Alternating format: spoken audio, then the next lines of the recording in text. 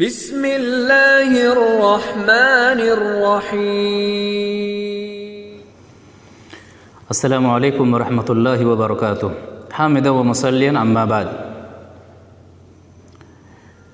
ایک روزے دار روزہ رکھتا ہے صبح صادق سے لے کر کے غروب آفتاب تک، حلال کھانا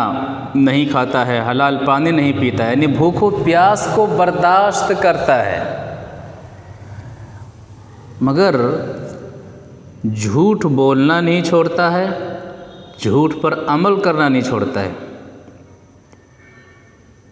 ایسے روزے داروں کے تعلق سے اللہ کے رسول صلی اللہ علیہ وسلم کیا فرماتے ہیں؟ ایک حدیث سے اس کی وضاحت ہوتی ہے۔ حدیث وعن ابی ہریرہ رضی اللہ تعالیٰ عنہ قال قال رسول اللہ صلی اللہ علیہ وسلم من لم يدع قول الزور والعمل به فليس لله حاجة في ان يدع طعامه وشرابه، رواہ البخاری فی ابواب الصوم۔ بخاری شریف کی حدیث ہے، راوی حدیث حضرت ابو ہریرہ رضی اللہ تعالیٰ عنہ ہے۔ وہ فرماتے ہیں کہ اللہ کے رسول صلی اللہ علیہ وسلم نے فرمایا من لم يدع قول الزور والعمل به،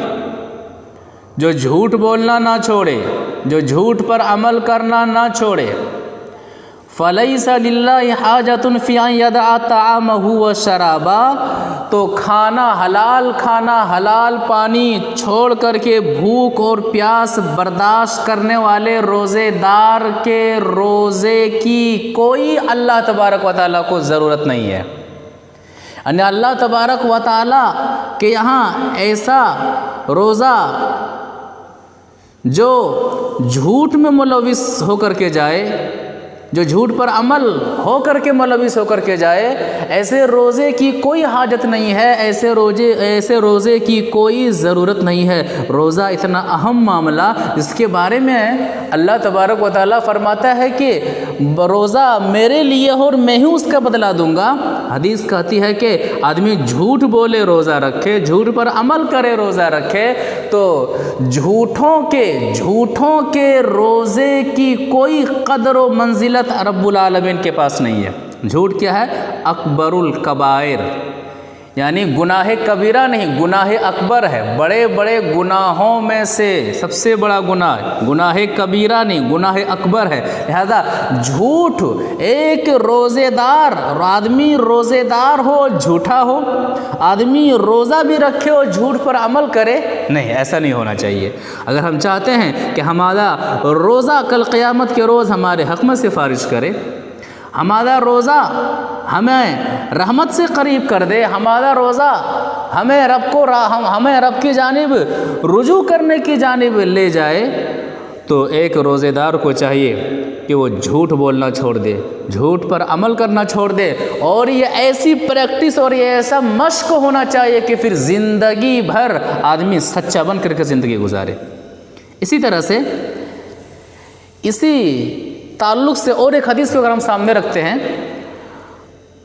تو اس حدیث سے یہ بھی پتہ چلتا ہے کہ ایک روزے دار کو کیسے رہنا چاہیے۔ امام ترمذی رحمہ اللہ نے کتاب الصوم کے اندر ایک حدیث لایا ہے، اور وہ حدیث نمبر ہے 682۔ اس میں سے حدیث کا ایک ٹکڑا ہے کہ وَيُنَادِي مُنَادٍ، کہ جب رمضان کی پہلی رات آتی ہے تو جہاں بہت سارے انتظامات رب کی جانب سے ہوتے ہیں، ان میں سے ایک فرشتہ رب کی جانب سے اعلان کرتا ہے، ایک فرشتہ رب کی جانب سے یہ آواز لگاتا ہے، صدا لگاتا ہے، یا باغی الخیر اقبل، اے بھلائی کو چاہنے والے آگے بڑھ، اے نیکی کو چاہنے والے آگے بڑھ۔ کیا مطلب؟ فرشتہ ندا لگاتا ہے کہ اے جنت کو چاہنے والے آگے بڑھ، اے اللہ تبارک و تعالیٰ کی رضا کو چاہنے والے آگے بڑھ، اے دنیا میں کامیابی چاہنے والے آگے بڑھ، نیکیوں کی جانب آگے بڑھ، اے میدان محشر میں کامیابی کی چاہت رکھنے والے نیکیوں کی جانب آگے بڑھ، اے قبر کی تنہائی میں روشنی کا سامان پیدا کرنے کی فکر کرنے والے رمضان کا مہینہ آ گیا ہے، نیکیوں کی جانب آگے بڑھ۔ دوسری صدا وَيَا بَاغِيَ الشَّرِّ اقصر، اے برائی کرنے والے برائی کرنا چھوڑ دے،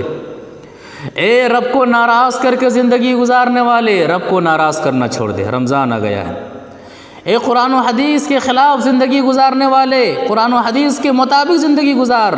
رمضان کا مہینہ آ گیا ہے، برکتوں والا مہینہ آ گیا ہے، رحمتوں والا مہینہ آ گیا ہے، اللہ تبارک و تعالیٰ کی جانب سے انعامات و اکرام کا مہینہ، انعامات اور بہت ساری نوازشوں کا مہینہ آ گیا ہے۔ آج افسوس کے ساتھ کہنا پڑ رہا ہے کہ قرآن و حدیث کو جاننے والے وہ لوگ بھی شامل ہیں، اور جو قرآن و حدیث سے نابلد وہ لوگ بھی شامل ہیں، اور ایسے ہم میں سے بد نصیب ہیں جو رمضان کے مہینے میں ان کا رمضان کیسا گزرتا ہے؟ سو کر کے پورا دن گزرتا ہے۔ کتنے ایسے بد نصیب ہیں جو بے نمازی، جو رمضان کے مہینوں میں بھی نماز کے پابند نہیں ہے، بیڈ پر بیگم صاحبہ سحری پہنچا دیتی ہے اور بیڈ پر سے تکیے پر سے سر اٹھاتے ہیں، آدمی کھجور کھا لیتا ہے، دودھ پی لیتا ہے، اور اسے پھر فجر کی نماز پڑھنے کی توفیق تک نہیں ہوتے، پھر سو جاتے ہیں صاحب۔ کتنے ایسے بد نصیب ہیں جن کا رمضان لوڈو کھیلنے میں گزر رہا ہے،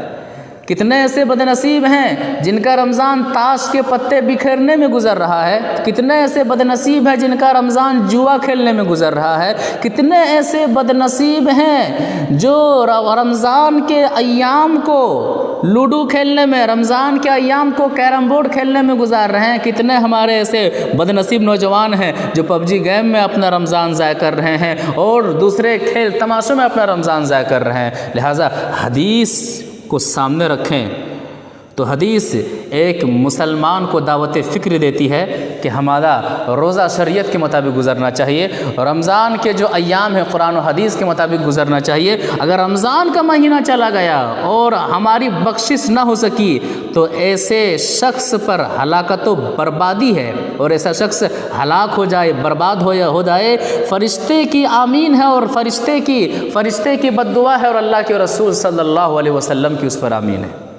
دعا کرتے ہیں کہ اللہ تبارک و تعالی ہمیں رمضان کی قدر کرنے کو توفیق عطا فرما، ہمیں سچے بن کر کے اپنی زندگی گزارنے کو توفیق عطا فرما، رمضان کے ایام کو شریعت کے مطابق گزارنے کو توفیق عطا فرما، آمین یا رب العالمین۔